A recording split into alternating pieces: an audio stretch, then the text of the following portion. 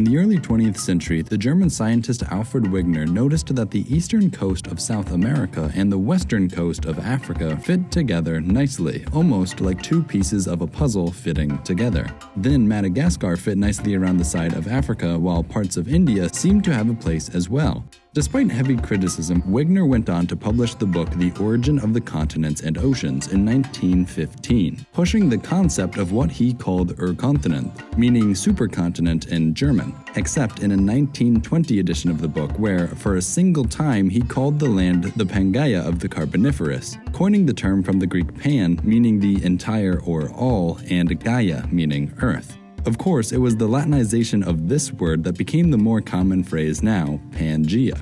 And today, Pangaea and the larger theory of plate tectonics are more or less common knowledge. Beyond that, though, I don't know if I've ever actually seen a good prediction on what the continent actually looked like. Most maps you'll find are either too simplistic for my taste or just an artistic representation of Pangaea, which can trade accuracy for aesthetic. So what I'd like to do today is make a rough estimate of what some of the geography of Pangaea was like, and hopefully by the end we'll have a cool map or something. Obviously, this will just be an approximation based on what we know so far about the supercontinent. So with that in mind, let's get started.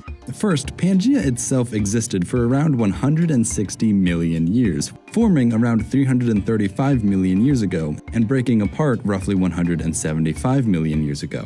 Over this time, Earth's geological engine was still turning underneath, meaning that on a geologic timescale, Pangaea would have been constantly changing, and so one general map of Pangaea can't really be made. Instead, we're going to need to pick a specific time in Pangaea's past to look at.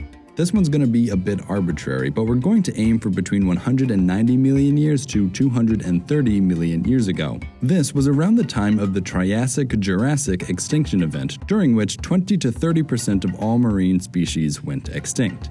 For this time, the most accurate map for Pangaea I could find was this one. But using this, we can now begin to look at specific features, and to start, I'd like to look at some of the mountain ranges that would and would not have existed during this time. For starters, nearly every major mountain range on Earth today had not formed yet. The Himalayas, for example, only began to form 50 million years ago when India collided with Asia. And overall, it was the tearing apart of Pangaea that actually gave us many of our mountains. And the reason these all happen to be our tallest is because they haven't had enough time to erode. So to find out what would have been around during this time, we need to look at some of the oldest mountains remaining on the Earth, such as the Appalachian Mountains of the United States, the Little Atlas Mountains of Morocco, and the Scottish Highlands of Great Britain, all of which are nearly 500 million years old. Now, it just so happens that these three mountain ranges would have formed a single continuous mountain range across the supercontinent called the Central Pangaean Range.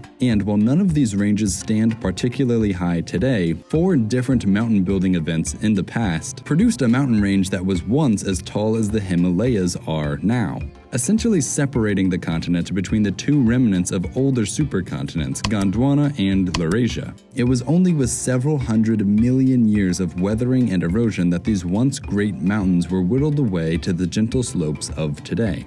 However, there were of course other mountain ranges here as well. Nearby, the Laurentian Mountains of Quebec reaching into Greenland, for example, were also created during the Grenville orogeny, making this area of Pangaea, occupied now by Canada and the United States, some of the most mountainous land on the Earth at the time. Then there was the Guiana Shield, a series of mountains and highlands in South America with a history that extends back nearly 1.7 billion years, though you can just barely make it out on modern elevation maps of the region. We also would have seen some of the earliest mountain building in the Andes with the start of the Andean orogeny. These would have been just the beginnings of mountains, however, and nothing like what they are now. Then, as the lower section of Pangaea, what was previously Gondwana, began to tear itself apart, splitting Africa from South America, mountains were created around the divide, resulting in the mountains of eastern Brazil and western Africa. South Africa is actually where many of the world's oldest mountain ranges are today, with the oldest being the Makonjwa Mountains. Lastly, I want to talk about the Virgin orogeny, which was another substantial mountain building event that led to the growth of the Alps and the Pyrenees in Europe and spread all the way out to the Ural Mountains of Russia and the Tian Shan Mountains of Central Asia. as well as many other mountain ranges sprawling all the way to the far coastal Primorye region, also in modern-day Russia. This places mountains roughly along these lines on our map of Pangaea, and with that, we've finished making the important mountain ranges at the time. After mountains, next I'd actually like to talk about the ocean. First, there was the Pangaea Ocean, the ocean which encompassed most of the world, with its name literally translating into the All Sea in Greek. And then we'd get the beginnings of the Tethys Ocean, if considered separate from the Pangaea Ocean. And this body of water would have been around 60 million square kilometers, a bit smaller than the Indian Ocean today, but still much larger than the Arctic Ocean. What I'm interested in, however, isn't the size of these oceans, but how the ocean during this time would have influenced the climate and ecology of the land. I don't think anyone will be surprised to hear that the ocean can affect climate in multiple different ways. In terms of rainfall, lands directly beside the ocean will typically experience greater amounts of it, while the continental interiors, the lands furthest from the ocean, will become increasingly arid. We can see a similar effect taking place across Central Asia today, where due to its remoteness, a band of dry regions can be found crossing nearly the entire body of Asia. But I wish it were that simple. The thing we really need to look at is ocean currents, or how the waters of the ocean would have circulated around the world during this time. Now, there isn't really great fossil evidence for what ocean currents would have been like, so there's nothing really tangible for us to go on. But we still know how the Earth was rotating, basically the same way it does now. And because of this, we know that the wind patterns across the Earth would be virtually the same as they are now, meaning they'd look like this.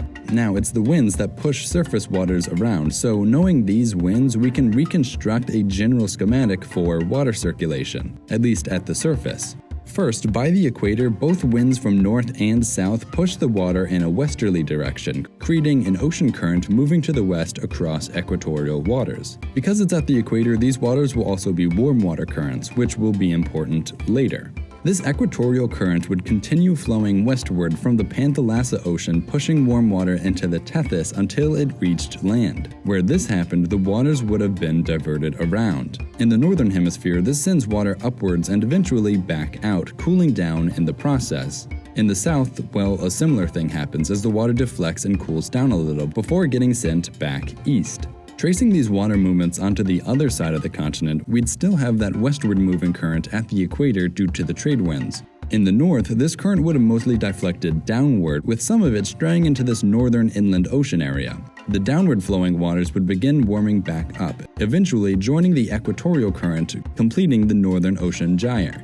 In the south, the current would have to travel a bit further until it came into contact with this shoulder of land. Here, the waters would divert around as well, with some of them traveling back up north, again warming in the process. And then some of the water would also divert to the south and travel as cold water across the southern end of Pangaea until joining with the currents here and keeping on eastward, completing the southern ocean gyre. And there you have it, a basic illustration of what the ocean currents that interacted with the lands could have looked like. Lastly, and I'm not going to really explain why, there would have been a yearly equatorial monsoon season, blowing great amounts of rain from the Pangaea into the Tethys, inundating many of the lands surrounding the Tethys Ocean with great amounts of water. Knowing these simple characteristics about the Earth and its ocean at this time, we're almost ready to start figuring out the land cover. But before we do that, we need to know how different the conditions of the Earth would have been compared to what they are now. Firstly, 200 million years ago, average carbon dioxide levels would have been around 1,850 parts per million in the atmosphere, compared to 400 parts per million we're hovering at today, meaning the CO2 concentrations around this time would have been about 5 times greater than what it is today, and 6 times greater than what it was before the Industrial Revolution.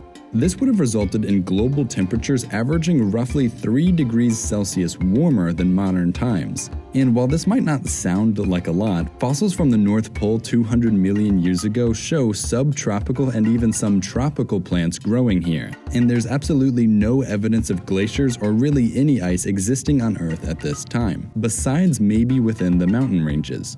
In other words, this would have been a greenhouse Earth, where even the North Pole could have been covered in tropical rainforests if the moisture levels were right. Because only warm climate environments could have existed at this time, this rules out the existence of any large temperate environments. So if temperature was less of a deciding factor at the time, this would have made moisture the primary determining factor for the environment. Because of this, the lands of Pangaea would have been balanced between basically two radically different environments. Where it was wet, there would have been forests, and where it was dry, there would have been hot deserts. And of course, where it rained a moderate amount, a narrow tropical savanna would have appeared as a transition zone between the two extremes. Using the ocean currents and mountains then, we can start to figure out where there might have been forests and desert and then fill in the lands between them with savanna. To start, I'm first going to look at the ocean currents. Cold water evaporates very little, producing very low levels of moisture in the atmosphere, which in turn produces only small amounts of rain. So beside lands with cold currents running along them, I'm going to put deserts. Inversely, where the surface waters are warm, evaporation occurs more readily, filling the air with moisture which eventually falls back to the surrounding earth as rain. So wherever warm waters flow beside the land, I'm going to make into forest. These trends still clearly exist to this day, by the way, like off the coast of California where cold ocean water moves, turning the land here pretty arid and creating environments like the Mojave Desert. While on the other side of the US, warm Atlantic waters flow up from the Caribbean, resulting in a much more humid eastern United States. This is also true for South America, Africa, and Australia. However, I mentioned earlier that the further into the interior you go, the likely the drier it would become, so I'm also going to push the deserts further into the interiors where they already exist. On the opposite end of this, as I mentioned before as well, a seasonal monsoon would have come into these lands, sending moisture further inland, likely pushing the forests at the equator deeper into the continent. The forest would likely extend all the way to the central Pangaean mountains, but no further, making one side of the mountain range extremely wet and rainy, while the other side dry and desert. Again, we see this today in places like India, where moisture is brought all the way up until the Himalayas, and the lands on the other side, like Tibet, are extremely arid. This is called the Rainshadow Effect. So the equatorial forest would likely not have crossed over the central Pangaean mountains. This also would have prevented forests from moving too far into western Pangaea. Lastly, I'm going to place narrow savanna regions around the edges of the land, as the ocean usually acts as a moderating force for temperature and humidity. So in the end, we get a map that looks like this. And using this, I can use satellite maps to add a little texture, and that's about as good of a map as I can create without any more information.